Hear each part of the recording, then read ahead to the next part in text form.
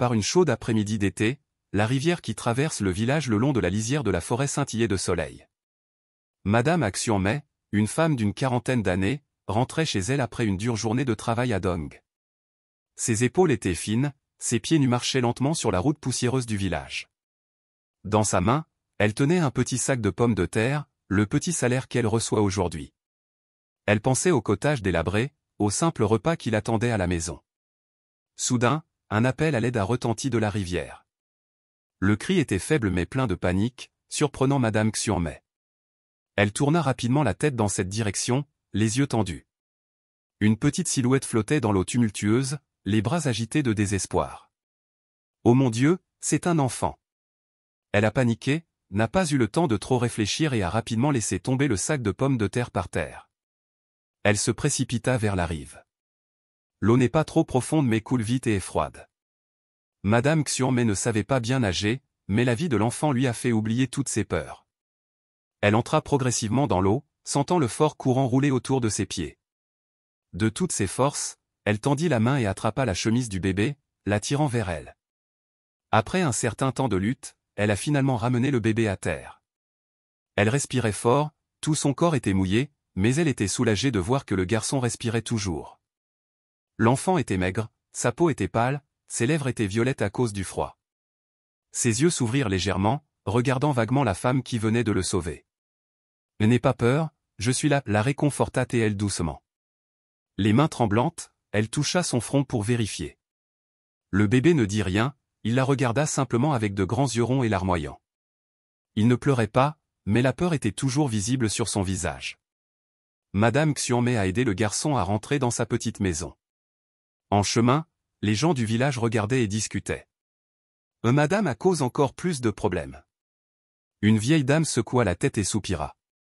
La maison elle-même est encore difficile, et maintenant il y a un autre enfant qui vient de nulle part. D'autres ont dit que Madame Axion-May s'en fichait. Une fois rentrée à la maison, elle prit rapidement la seule fine couverture de la maison pour envelopper le garçon. Un petit feu était allumé, rayonnant de chaleur au milieu de la simple maison. « Et quel est ton nom ? Où est ta maison ? » demanda-t-elle doucement, ses yeux regardant le garçon remplis d'inquiétude. Le garçon resta silencieux un moment puis secoua la tête. Elle regarda ses yeux confus et son cœur lui fit mal. De toute évidence, il a peur et ne sait pas où est sa place. D'accord, si tu ne te souviens de rien, reste ici avec moi pour le moment. Je t'appellerai fils, d'accord ? Elle sourit doucement, sa voix douce. Le garçon hocha la tête, ses yeux brillants de confiance. À cette époque, Madame Axion-May ne savait pas que sa décision changerait à jamais sa vie et celle de son garçon. Ce soir-là, Madame Axion-May a regardé sa petite portion de riz et l'a donnée à son. Elle le regardait manger, le cœur rempli d'une étrange joie. Elle se dit que peu importe les difficultés, il élèvera ses enfants jusqu'à l'âge adulte. Je crois que tu feras quelque chose de grand dans la vie. Et c'est ainsi qu'une relation profonde entre elle et l'étrange garçon a commencé. Dans les premiers jours après avoir sauvé son, la vie de Madame Axion-May est devenue encore plus difficile. Elle a dû travailler davantage pour avoir suffisamment de riz pour les nourrir tous les deux. Même si elle était pauvre, elle n'a jamais laissé son fils avoir faim. À ses yeux, il n'était pas seulement un enfant qu'elle avait accidentellement sauvé, mais aussi un parent, un espoir et le seul point d'appui dans une vie par ailleurs misérable. Chaque matin, Madame Axion-May se réveille avant que le soleil ne se lève. La ménagère travaillait comme ouvrière salariée, récoltant le riz, cueillant des légumes ou parfois nettoyant le marché en échange d'un peu d'argent. Pendant la journée, son reste à la maison et joue pendant que sa grand-mère travaille dur. La nuit, elle revenait avec un corps fatigué, mais elle essayait toujours de sourire lorsqu'elle voyait le petit-fils. « Aujourd'hui, j'ai ramené du poisson séché à la maison, demain je le cuisinerai pour que tu le manges. » Et dit-elle, ses mains calleuses lui tapotant doucement la tête. Le garçon hocha la tête, les yeux clairs. Même s'il était jeune, son comprenait que Madame Axion-May sacrifiait beaucoup pour lui. Il l'a aidé docilement à balayer la maison, à aller chercher de l'eau au puits ou à ramasser du bois de chauffage sec. Les gens du village discutent souvent de la décision de Madame Axion-May. Certains sympathisent, mais la plupart critiquent. Ma famille est si pauvre, je parviens à subvenir à mes besoins, mais maintenant je m'occupe d'un autre enfant qui ne sait pas qui sont ses parents. Un voisin a dit des mots durs. Peut-être qu'elle est fausse, Elle n'est pas mariée alors elle a juste ramené l'enfant à la maison pour lui tenir compagnie. Une autre personne intervint. Madame Xianmei a entendu tous ces mots mais n'y a pas prêté attention. Chaque fois que quelqu'un lui demandait pourquoi elle avait adopté son, elle se contentait de sourire gentiment. Le pauvre enfant, si personne ne le sauve, il mourra, il est ma famille maintenant. Les ragots ne l'ébranlaient pas, mais parfois ils rendaient son triste. Une fois, il lui demanda. Mon oncle, pourquoi les gens me détestent? Elle le serra dans ses bras et lui répondit gentiment, ne t'inquiète pas de ce qu'ils disent. Tu es un bon garçon, je le sais. S'ils n'élèvent pas d'enfants, ils n'ont pas le droit de juger. Lorsque son a atteint l'âge scolaire, Madame Xianmei était déterminée à l'envoyer à l'école, même si elle savait que cela coûterait cher. À chaque rentrée scolaire, elle réduit ses rations alimentaires et rassemble chaque centime pour lui acheter des livres et des vêtements. Il y avait des jours où son rentrait chez lui et mettait dans sa main quelques pièces de monnaie qu'il avait gagnées en aidant les voisins avec de petits travaux. Elle le regarda, les larmes lui montant aux yeux. Tu es un bon garçon, mais tu n'as pas besoin de faire ça. Votre travail consiste à bien étudier pour qu'à l'avenir vous ne souffriez pas comme moi, a-t-elle déclaré. Son hocha la tête, promettant silencieusement de ne pas la décevoir. À l'école, il étudiait très dur et était toujours premier de la classe. Même s'il a été taquiné à plusieurs reprises par ses amis en raison de sa situation difficile, il n'a toujours pas abandonné. Une fois, son voulait un nouvel ensemble de vêtements pour ne pas que ses amis se moquent de lui. Madame Xianmei a travaillé plus pendant une semaine, au point de s'évanouir au marché, pour économiser suffisamment d'argent pour lui acheter cet ensemble de vêtements. Lorsqu'il a reçu la tenue, son a serré sa grand-mère dans ses bras avec émotion et a pleuré. Mon oncle, je promets de gagner beaucoup d'argent à l'avenir pour que tu n'aies plus à souffrir. Madame Xianmei a souri et lui a tapoté la tête. Tant que tu vis bien, je suis satisfait. Au fil des années, son a grandi de plus en plus. Il est non seulement intelligent et agile, mais aussi très compréhensif. Il a toujours rêvé d'échapper à la pauvreté, de sortir Madame Xianmei de sa maison délabrée au toit de chaume. Un jour, tu n'auras plus à travailler si dur. Tu auras une belle maison et tu n'auras jamais froid en hiver, lui dit-il un soir. C'est bien, sourit-elle, mais dans son cœur elle n'osait pas en attendre trop. Pour elle, le simple fait de voir son grandir la rend heureuse. Les années difficiles se sont écoulées ainsi, laissant des rides sur les épaules de Madame Xianmei et dans les yeux de son une détermination de fer. Deux personnes, une grande et une petite, ont lutté ensemble contre les difficultés de la vie pour nourrir l'espoir d'un avenir meilleur. Quand son avait 18 ans, il a reçu une bourse complète dans une prestigieuse université de la ville. Cette bonne nouvelle a ému tout le village, mais plus que quiconque, Madame Xianmei était la plus heureuse. Elle le regarda, les yeux remplis de fierté. « Fils, tu as enfin réalisé ton rêve. »« Je n'ai plus rien à souhaiter, » dit-elle d'une voix étranglée. Cependant, la joie était mêlée d'inquiétude. La ville, avec ses lumières vives, se trouve à des centaines de kilomètres de la campagne pauvre, ce qui constitue à la fois une opportunité et un défi. Elle savait que lorsque son s'éloignerait, il commencerait un nouveau voyage plein de difficultés et d'isolement. Tôt le matin du départ de son, tout le village est venu le saluer. Madame Xianmei lui a emballé des articles de campagne simples, quelques patates douces, quelques œufs et un peu d'argent de côté. Même si c'était peu, c'était tout ce qu'elle pouvait préparer pour lui avant de monter dans la voiture. Son fils la serra fort dans ses bras. « Mon oncle, n'oubliez pas de prendre soin de votre santé. Je reviendrai certainement pour te sortir d'ici, dit-il, la voix tremblante. Elle essaya de sourire, même si son cœur se serra. Vas-y, ne t'inquiète pas pour moi. Tu as juste besoin de bien étudier et je serai heureux. La voiture a progressivement roulé, laissant de la poussière recouvrir la route de campagne. Elle se tenait silencieusement devant la porte, regardant jusqu'à ce que sa silhouette disparaisse et qu'il arrive dans la ville. Le village était paisible, mais cette aura ne pouvait dissimuler la dureté de la vie ici. Truong-son, 25 ans, étudie et travaille pour couvrir ses frais de subsistance.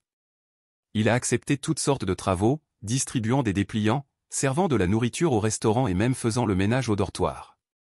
Repas maigre. Rester éveillé toute la nuit à son bureau le rendait émacié.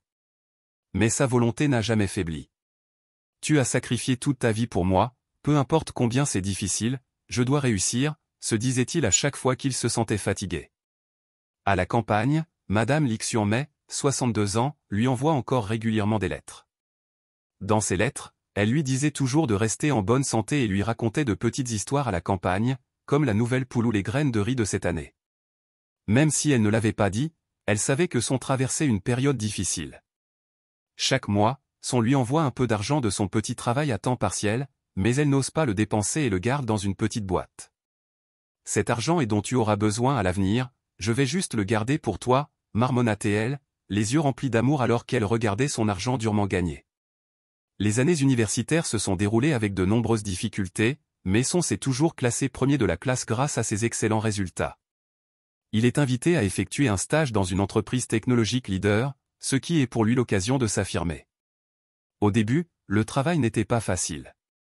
Son fait face à une concurrence féroce, mais grâce à son intelligence et à sa volonté persistante, il s'est progressivement imposé dans l'entreprise.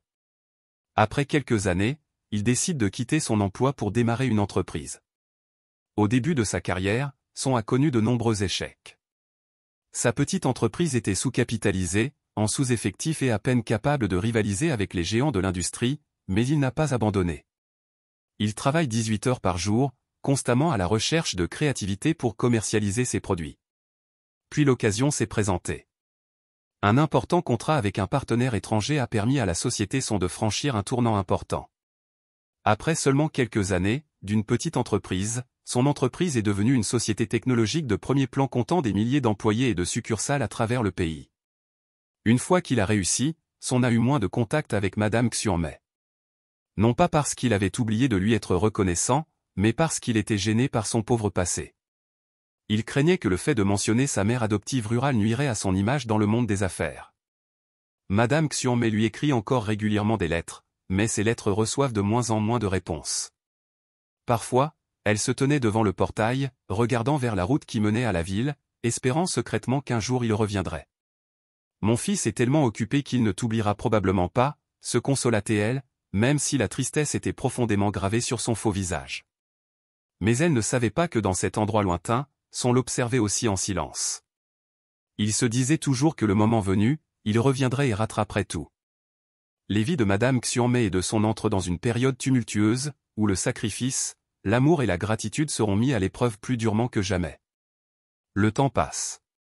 Son fils, issu d'un garçon pauvre de la campagne, est maintenant devenu le fondateur et PDG d'une grande entreprise technologique. Son nom apparaît dans les magazines, les émissions de télévision et est cité comme exemple de réussite. Mais derrière cette aura se cache un passé qu'il cache délibérément. Passé d'un orphelin sauvé par une femme pauvre, Son vit désormais dans une luxueuse villa, possède des voitures coûteuses et apparaît souvent lors de grands événements. Son entourage, des employés aux associés, vantent son talent et ses performances. Son s'est progressivement habitué au monde de la classe supérieure, où les histoires sur des origines pauvres sont souvent considérées comme peu attrayantes. Dans son cœur, il s'est toujours demandé si quelqu'un accepterait le fait que j'étais autrefois un enfant pauvre vivant avec l'amour d'une femme de la campagne. La culpabilité a amené Son à s'éloigner de plus en plus de Madame Xiaomei. Les appels sont devenus moins fréquents et il a écarté ses lettres, invoquant un travail chargé. À la campagne, Madame Xiaomei vit toujours dans une vieille maison au toit de chaume, où les souvenirs de Son sont présents dans chaque petit coin.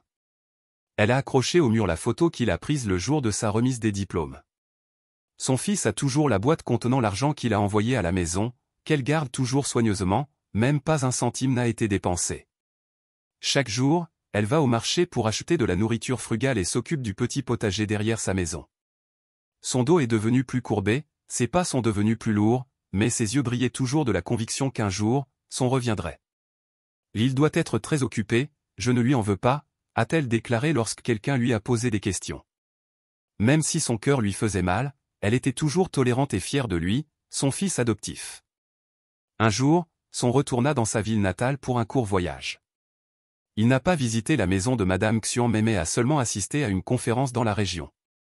Lorsque sa voiture rutilante s'est arrêtée sur la route du village, quelques villageois l'ont reconnu. Est-ce que c'est fils? Le garçon que Madame Xiaomei a élevé? Quelqu'un a chuchoté, les ragots se sont rapidement propagés aux oreilles de Madame Xiaomei. Elle a immédiatement emballé quelques cadeaux champêtres, des patates douces, une bouteille de miel et s'est précipitée vers le lieu de la conférence. Ses jambes tremblaient, mais son cœur était plein d'excitation. Quand elle est arrivée, Son était déjà parti. l'agent de sécurité l'a arrêté et ne l'a pas laissé entrer. Mon oncle, c'est ici uniquement pour les invités. Oncle Son est très occupé, je ne peux pas entrer.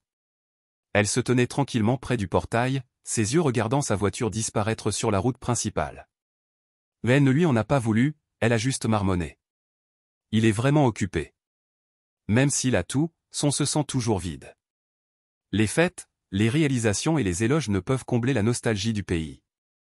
Parfois, l'image de Madame Xianmei apparaît dans son esprit, lui faisant mal au cœur. Tard dans la nuit, après avoir terminé une fête, Son s'est assis seul dans son bureau. Il a récupéré la dernière lettre de Madame Xianmei, une lettre qu'il avait oubliée depuis plusieurs mois. Dans la lettre, elle disait que sa santé s'était détériorée, mais qu'elle allait bien et espérait qu'un jour il reviendrait. Ces mots griffonnés lui firent serrer le cœur. Mais au lieu de revenir immédiatement, il se dit « Je reviendrai quand j'aurai plus de succès pour la rendre fière de moi ». Un jour, incapable de supporter la nostalgie, Madame Xianmei a décidé d'aller en ville pour voir Son. Elle portait un vieux sac en tissu contenant une bouteille de miel et quelques objets rustiques. C'était tout ce qu'elle pouvait faire pour exprimer ses sentiments pour lui. Cependant, lorsqu'elle est arrivée au luxueux bureau de Son, elle a été arrêtée par la sécurité. « Et si tu n'as pas de rendez-vous, tu ne peux pas venir ici. » Elle a expliqué qu'elle était la mère adoptive de Son, mais ils n'y ont pas cru. « Monsieur Son est très occupé, ne vous embêtez pas. » Elle a attendu dehors toute la journée, mais ne pouvait toujours pas le voir. Quand la nuit tomba, elle revint tranquillement, le cœur lourd. Elle ne lui en voulait pas, elle pensait juste, il doit être très occupé. Les souvenirs de Madame Xianmei ont commencé à revenir dans l'esprit de Son. Bien qu'il essaie de remplir sa vie de travail et de gloire, il ne peut effacer l'image de sa fausse mère adoptive, ses mains calleuses et ses yeux doux. Mais la culpabilité et la peur le rendaient hésitant, n'osant pas affronter le passé. Les vies de deux personnes, une mère adoptive qui attend silencieusement et un fils plongé dans le succès mais solitaire, continuent de se dérouler en parallèle, séparés par une distance toujours croissante. Seul le temps nous dira si cette lacune sera comblée. Le jour fatidique est arrivé, où le passé et le présent se heurtent, apportant avec eux des vérités enfouies depuis longtemps. Un événement majeur du groupe Son OADAT a eu lieu à Taipei. Lors de la célébration de l'anniversaire de l'entreprise et de l'annonce du nouveau projet, Son se tenait au centre, au milieu des lumières éblouissantes et des applaudissements interminables, mais au fond de lui, il sentait qu'il manquait quelque chose. Pendant que la cérémonie se déroulait à l'extérieur du hall, Madame Xianmei se tenait tranquillement debout, tenant un vieux sac en tissu. Elle ne se doutait pas que sa présence aujourd'hui allait tout changer. Un agent de sécurité l'a reconnue la dernière fois. Il fronça les sourcils. « C'est encore toi. Je te l'ai dit, tu ne peux pas entrer. » « Sans invitation ? » « J'ai juste besoin de voir Son, plaida-t-elle, la voix tremblante. La polémique a attiré l'attention de certains participants. Une femme dans la foule a ri et a plaisanté, une menteuse. Pourquoi veux-tu rencontrer Boss Son dans un pays comme celui-ci ? C'est ridicule. La discussion bruyante a embarrassé Madame Xianmei. Ses mains tremblantes serraient fermement le sac, mais elle ne le lâcha pas lorsqu'il y eut du bruit dans le couloir. Lan est allé au festival Trung Son et a réalisé que quelque chose n'allait pas. Il est sorti pour voir ce qui se passait, et là, il a vu Madame Xianmei, la vieille mère adoptive, recroquevillée au milieu de regards méprisants. Tous deux étaient stupéfaits. Madame Xianmei a vu son fils adoptif, maintenant un homme à succès, vêtu d'un costume coûteux et aux yeux froids. Quant à son cœur avait l'impression de s'étouffer lorsqu'il la regardait avec ses vêtements rustiques, ses yeux enfoncés et son apparence mince.